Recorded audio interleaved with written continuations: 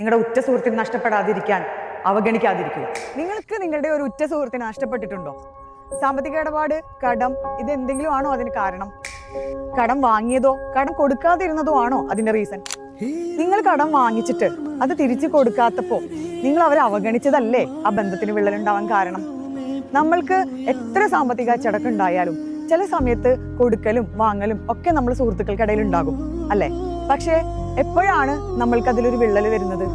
വാങ്ങിച്ച കടം തിരിച്ചു കൊടുക്കാൻ പറ്റിയില്ലെങ്കിൽ അതെനിക്ക് പറ്റണില്ലടാ, ഞാൻ 2 ദിവസം കഴിഞ്ഞു തരാമെന്ന് അവനോട് പറയുന്നതിന് പകരം നമ്മൾ അവരെ ഒന്ന് അവഗണിക്കും അല്ലെ? ആ അവഗണന അവർക്ക് എത്രമാത്രം ഉള്ളിൽ വേദന ഉണ്ടാക്കുന്നുണ്ടെന്ന് നിങ്ങൾക്ക് അറിയാൻ പറ്റുമോ?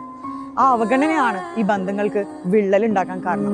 അല്ലാതെ നമ്മൾ കൊടുത്തത് വാങ്ങിക്കാതിരിക്കുന്നതോ അല്ലെങ്കിൽ കട ഇടപാടുകളോ അല്ല.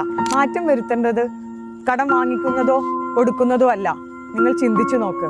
നിങ്ങളുടെ ഉറ്റ സുഹൃത്തിന് നഷ്ടപ്പെടാതിരിക്കാൻ അവഗണിക്കാതിരിക്കുക.